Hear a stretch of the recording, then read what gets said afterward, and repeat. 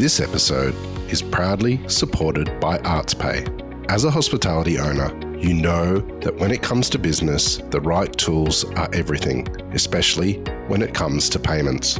ArtsPay, based in Australia, is a payment solution built on a unique model. They give 50% of their profits back to the arts community. They provide world-class point-of-sale payments and support that make your operations run smoothly. But with every transaction, a portion of the fees helps build a permanent funding source for Australia's artists and cultural institutions. What's best is it costs less too. The result is a powerful way for your business to grow and become a force for good. You're not just taking payments, you're directly supporting the vibrant culture that makes our communities unique. ArtsPay believes that business should add up for everyone. For more information, go to artspay.com. ArtsPay. It pays to make the change. Ciao, ragazzi. This is Dani Valent and I am in Italy, coming to you from Livorno, from the beautiful Mercato della Vettovaglie.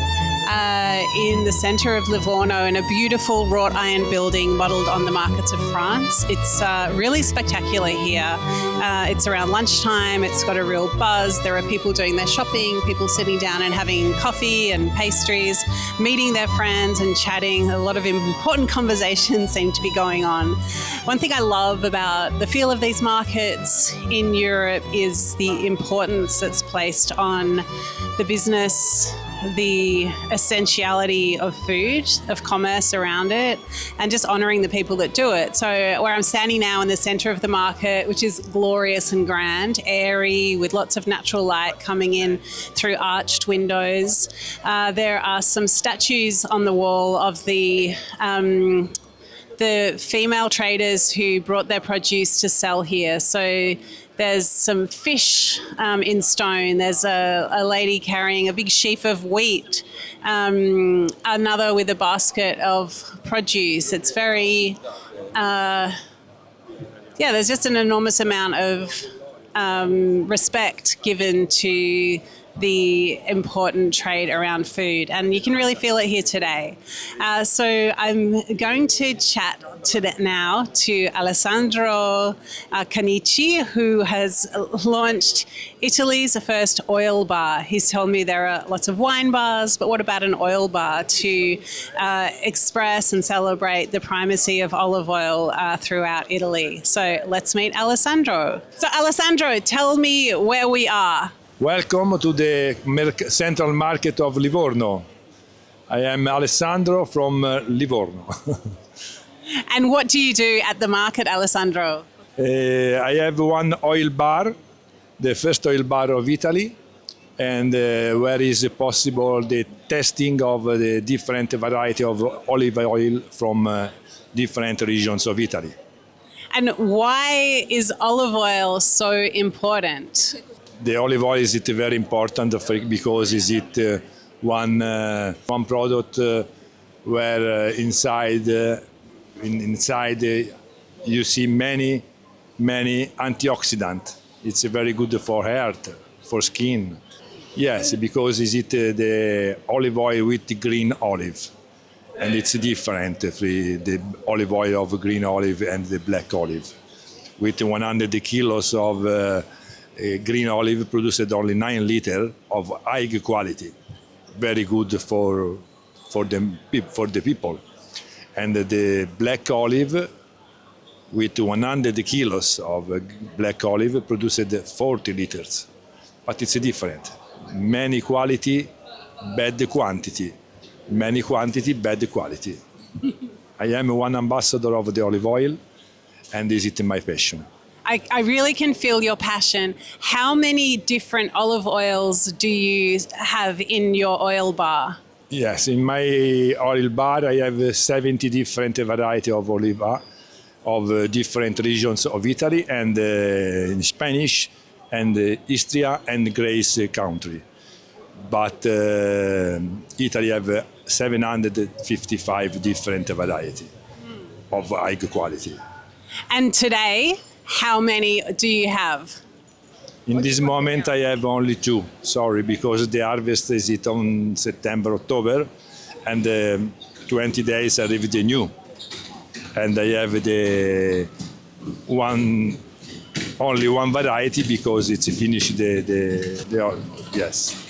So you have only artisan oil, so just a small quantity? Yes, I have only olive oil of high quality.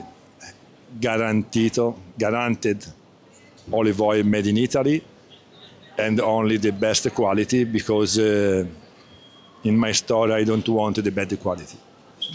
So when it runs out, it runs out. Yes, it's a finish. In this moment it's a finish, and I am very lucky because I know the olive oil and I testing. I am one of the 10 people of Italy for the testing, and I know the olive oil because the test is very important, the test. You see many olive oil, but when you test, you see the difference. And the olive oil from Livorno, does it have its own taste, its own flavor, its own character? No. The olive oil of high quality is good in French, it's good in Italy, it's good in Greece and the other side of the world. The olive oil from Livorno is it one particular variety. The name is it Frantoio, the name of the olive.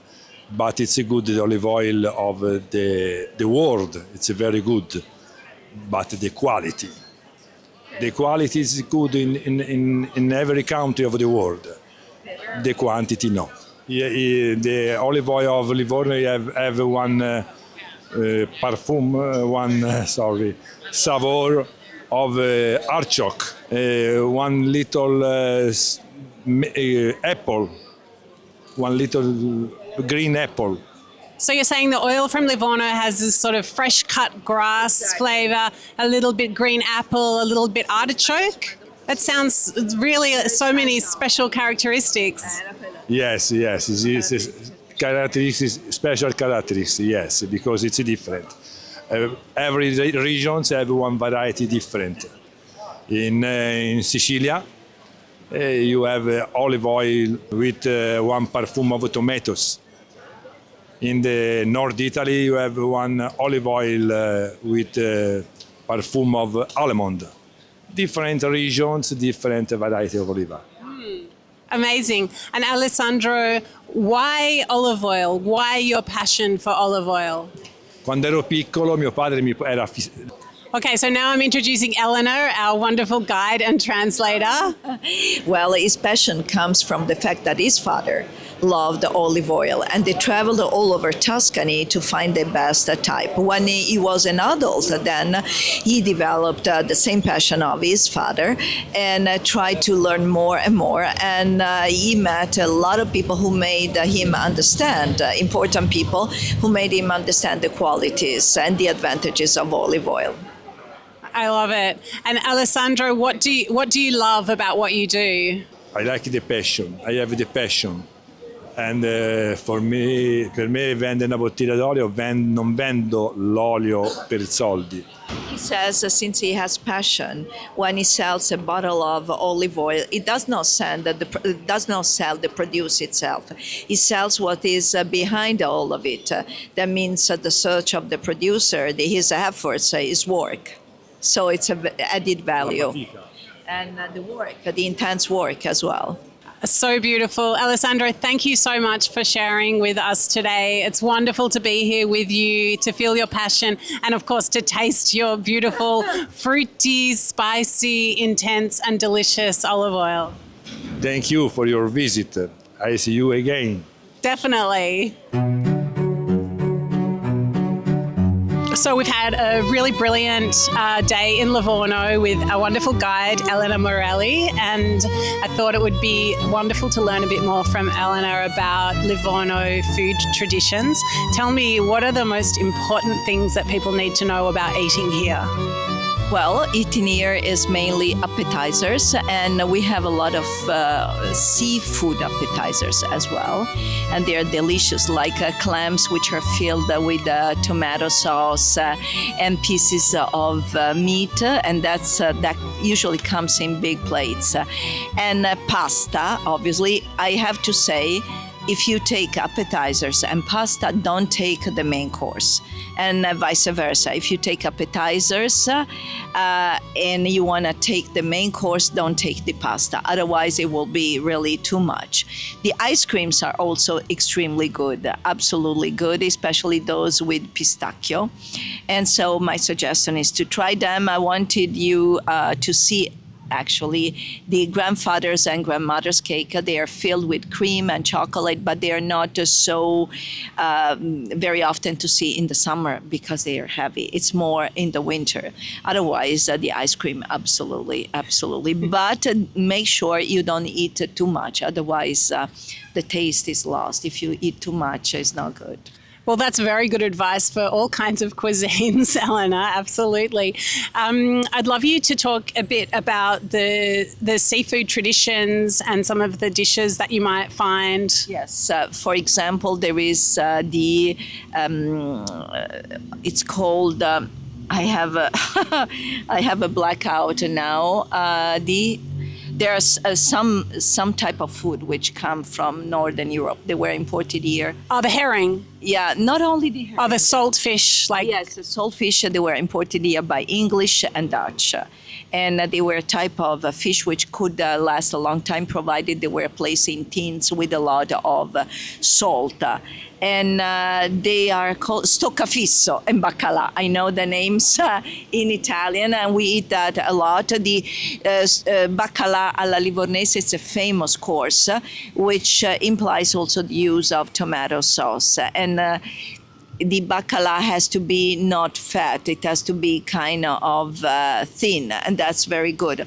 Also the caciucca is very, very special. It's one of the symbols of Livorno, and that's parts of a fish which originally would not be eaten, like parts of the head, for example. And they were recycled here thanks to a young boy who came from Turkey in the late 16th century. Somebody says the 17th century. Anyway, he was busy in restaurants and he came here and he understood that it was necessary to cook something which would be reasonable in terms of price. And so he started using everything which normally would be thrown away. And later on, bread was added, the country bread, also the tomato sauce. And once again, my advice is that if you eat the caciucco, don't eat anything else because it's a meal on its own. You can maybe have a dessert. You can have a limoncello, which is something clearing your stomach, actually digestive liquor. But I wouldn't eat anything else in addition to caciucco. And then there are wonderful pastas. I very often, and everybody eat pasta with the clams on top, and that is delicious. Absolutely. Also small shrimps, for example.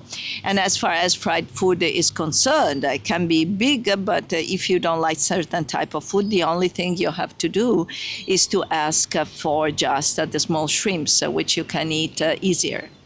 And not only fish is fried, but also, for example, mozzarella cheese that came later. It was not originally like that. Mozzarella cheese, olives, big olives, yes, and also onions. Fried onions are very good, absolutely very good.